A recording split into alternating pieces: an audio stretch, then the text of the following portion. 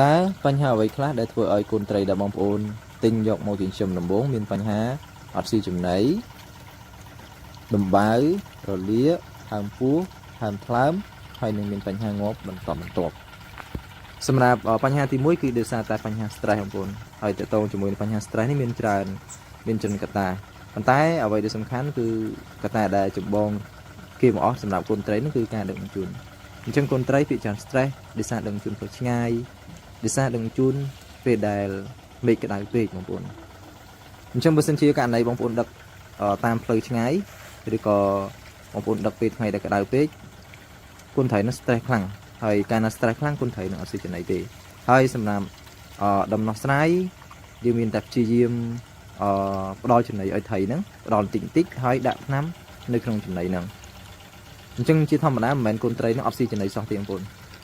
ជាធម្មតាស៊ីប៉ុន្តែអត់ស៊ីច្រើនទេហើយពីខ្លះស៊ីតែម្ដងពីរដងហើយជប់ស៊ីអញ្ចឹងធ្វើយ៉ាងណាទៅដល់ពេលដែលបងប្អូនត្រូវដាក់ចំណីក្នុងចំណីហ្នឹងបងប្អូនគួរតែលាយថ្នាំហើយសម្រាប់ថ្នាំបងប្អូនអាចប្រើថ្នាំវីតាណាលាយជាមួយនឹងវីតាមីន E ឬក៏អាចប្រើថ្នាំផ្សេងទៀតបានបងប្អូនឲ្យតែប្រភេទថ្នាំសម្រាប់កាត់ stress ហើយបញ្ហាបន្តមកទៀតបងប្អូនដែលធ្វើឲ្យកូនត្រីដែលបងប្អូនមានបញ្ហាងាប់បន្តហ្នឹងគឺដោយសារតែបញ្ហារលាកដំបៅអញ្ចឹងតកតងជាមួយនឹងបញ្ហារលាកដំបៅនេះគឺភាគច្រើនដោយសារការដឹកជញ្ជូនបងប្អូនតែតកតងជាមួយការដឹកជញ្ជូនជាធម្មតាបងប្អូនយើងដាក់ចង្អៀតយើងដាក់នៅក្នុងថង់ឬក៏នៅក្នុងកានដែលចង្អៀតអញ្ចឹងត្រីនោះមិនមែននៅមកកន្លែងទេដឹកតាមឡានឬក៏តាមម៉ូតូវាមានបញ្ហាអាលាក់ខ្លះអញ្ចឹងត្រីនឹងកកត់គ្នាអញ្ចឹងចំណុចនេះឯងដែលធ្វើឲ្យត្រីហ្នឹងមានបញ្ហាតបាញ់អាលាកហើយនៅពេលដែលត្រីដែលបងប្អូនយកមកចិញ្ចឹមមានបញ្ហាដំបៅរលាកហើយបងប្អូនដោះស្រាយអត់ទាន់ទេភាគច្រើនត្រីហ្នឹងកាន់តែធ្វើទុកកាន់តែតបាញ់ខ្លាំងទៅកាន់តែអាលាកទៅដោយសារគេដោយសារត្រីហ្នឹងវាត្រូវទៅស៊ាំខ្លួនជាមួយនឹងទឹកថ្មីដែលបងប្អូនដាក់ចិញ្ចឹមអញ្ចឹងនៅក្នុងស្រះពីមុនដែលបងប្អូនទិញមកហ្នឹងទឹកផ្សេងហើយនៅពេលដែលយកមកដាក់ក្នុងទឹកដែលបងប្អូនចិញ្ចឹមនេះទឹកប្រភេទផ្សេងទឹកអត់ដូចគ្នាបងប្អូនរសជាតិហើយនឹងសារធាតុនៅក្នុងទឹកនោះគឺខុសៗគ្នាអញ្ចឹងនៅពេលដែលបងប្អូនដាក់ក្នុងទឹកថ្មីនេះត្រីហ្នឹងគឺត្រូវស៊ាំខ្លួនជាមួយទឹកហ្នឹងអញ្ចឹងអ្វីដែលជាបញ្ហាហ្នឹងត្រីហ្នឹងគឺដំបៅតាមផ្លូវបាត់ដៃបងប្អូនដំបៅអាលាកតាមផ្លូវបាត់ដៃអញ្ចឹងនៅពេលដែលចូលមកទឹកថ្មីនេះគ្នាអត់មានកម្លាំងដើម្បីផ្សំជាមួយនឹងទឹកថ្មីនេះទេអញ្ចឹងនេះជាបញ្ហាមួយដែលធ្វើឲ្យត្រីហ្នឹងងាប់បន្តបងប្អូនប៉ុន្តែតកតងជាមួយនឹងករណីនេះបងប្អូនអាចប្រើថ្នាំពីរប្រភេទអាចប្រើថ្នាំលាយទឹកផងឬក៏អាចប្រើប្រភេទថ្នាំលាយចំណីផងអញ្ចឹងថ្នាំលាយទឹកគឺយើងលាយជាមួយទឹកឲ្យបាច់លើត្រីហ្នឹងហើយមួយទៀតថ្នាំសម្រាប់លាយជាមួយចំណីបោះឲ្យត្រីនឹងស៊ីអញ្ចឹងតកតងជាមួយនឹងកូនត្រីដែលប្រឈរខ្លួនតបៅអាលាកអត់រៀងរឹងខ្លួនអត់ស៊ីចំណីហ្នឹងបងប្អូនអាចយកថ្នាំនេះលាយជាមួយទឹកឲ្យបាច់លើកូនត្រីអញ្ចឹងថ្នាំនេះបងប្អូនយកមកគម្របដបមកហើយបងប្អូនចាក់ចូលទៅក្នុងធុងពេត្រូហើយក្នុងធុងពេត្រូនោះបងប្អូនដាក់ទឹកលើខ្វះចិត្តពេញទៅហើយបងប្អូនដាក់អំបិលក្រួសសំទោសដាក់អំបិលម៉ត់បងប្អូនអំបិលម៉ត់ចំនួន2គីឡូហើយកូរឲ្យសព្វហើយបាចទៅលើកូនត្រីបងប្អូនហើយតកតងជាមួយនឹងថ្នាំលាយចំណីបងប្អូនអាចប្រើប្រភេទថ្នាំនេះបានយើងប្រើថ្នាំ Indoclolid 12 ឬលាយជាមួយនឹង Indoclolid 25សម្រាប់ការប្រើបងប្អូនប្រើ2ក្រាមលាយជាមួយនឹងចំណី1គីឡូឬក៏បងប្អូនអាចប្រើរៀងច្រើនក៏បានដែរបងប្អូនប្រើ4ក្រាមលាយចំណី1គីឡូក៏បានដែរ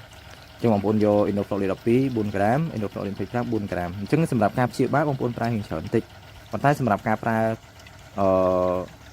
ដើម្បីការពារបងប្អូនប្រើតិចបានហើយ1ក្រាមឬក៏2ក្រាមលាយចំណី1គីឡូអញ្ចឹងសម្រាប់ការលាយបងប្អូនយកថ្នាំនេះមកមុខ2ក្រាមឬក៏4ក្រាមបងប្អូនលាយជាមួយចំណី1គីឡូបងប្អូនដាក់ទឹកបន្តិចទៅហើយច្បុលឲ្យសព្វហើយបន្តមកទៀតទុកវារយៈពេល10ទៅ15នាទីក្រោយពេល10ទៅ15នាទីបងប្អូនអាចបាចឲ្យកូនត្រីនឹងស៊ីបានអញ្ចឹងតើតើជាមួយការផ្ដល់ចំណីដបងនេះកុំឲ្យច្រើនបងប្អូនបន្តិចទៅបានហើយបញ្ហាទី3ដែលធ្វើឲ្យកូនត្រីដែលបងប្អូនចិញ្ចឹមមានបញ្ហាងាប់បន្តគឺអាចដោយសារតែបញ្ហាទឹកបងប្អូនអញ្ចឹងតើតើជាមួយនឹងទឹកបើនិយាយទៅគឺសំខាន់មែនតើបើសិនជាបងប្អូនចិញ្ចឹមហើយទឹកដែលបងប្អូនចិញ្ចឹមហ្នឹងមានបញ្ហាដូចជា pH ខ្ពស់ពេកបន្តតែ pH ដល់ទៅ9 10 11អញ្ចឹងបងប្អូនបើសិនជា pH អញ្ចឹងដាក់កូនត្រីទៅគឺភាគច្រើនតបៅច្រើនហើយរឹងខ្លួនងាប់បន្តហើយមួយទៀតpH ដែលបងប្អូនចិញ្ចឹមហ្នឹងpH ទឹកដែលបងប្អូនចិញ្ចឹមហ្នឹងក្រោម5 Chúng mình xin chỉ pH tùm của mùi cả lại ai nên thầy cân thầy ở sư si trên này thì thầy thùng thoát dượt và tái mình xin chỉ pH mà đo pram buồn cả la rồi có buồn ấy cái chọn trái nó ngọt và to hay ngọt chọn thiệt để cho nên muốn nâng trên chấm bông ôn cu tại vọc pH bàn tầm trời muốn nâng tinh côn thầy mòn chấm cu tại vọc pH tầm trời chẳng thể tông cho mùi nâng video vọc pH thêm nâng và hai bông ôn được trong video cải tiệt tại tông cho mùi nâng kali tham cái nước thêm là hai bông ôn đó nên được trong video cải tiệt hai bánh ha và tọm một tiết đại bánh ha thị 4 đại bị chọn bông ôn nhân thành chụp hai bông ôn nhỏ đằng luôn cứ bánh ha làng chít pol nơi bạn ángឬក៏bạn sạch chứng chưa thông mà đá tất đại dương trên chấm việc khác bông ôn bàn cài bàn bông ôn bàn điệp trầm hay bàn tay này phải đã côn thầy đã mong tới 4 bông ôn đại trên này IC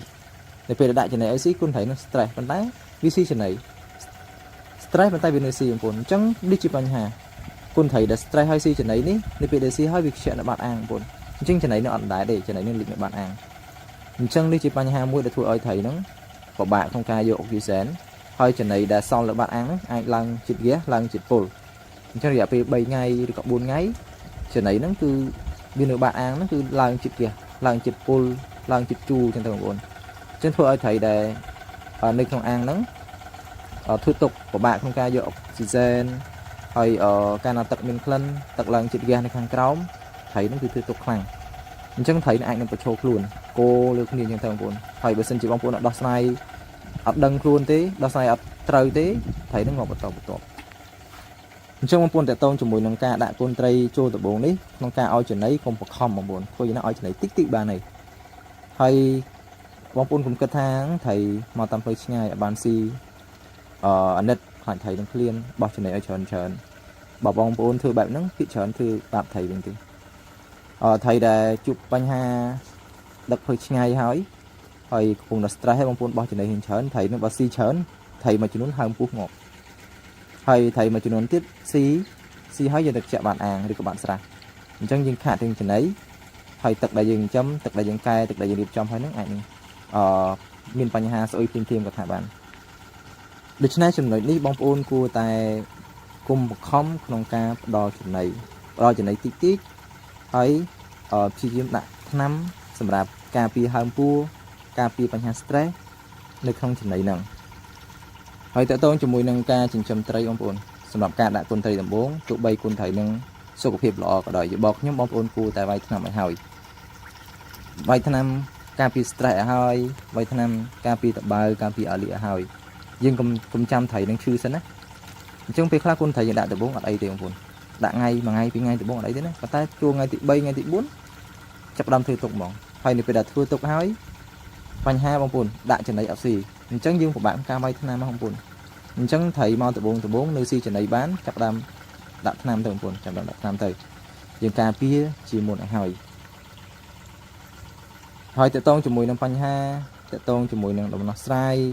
តើតងជាមួយនឹងការចិញ្ចឹមត្រីបើសិនជាបងប្អូនមានចង្អុលអាចឆាតសួរតាម Telegram បានជាង Telegram ខ្ញុំដាក់នៅក្នុងវីដេអូនេះ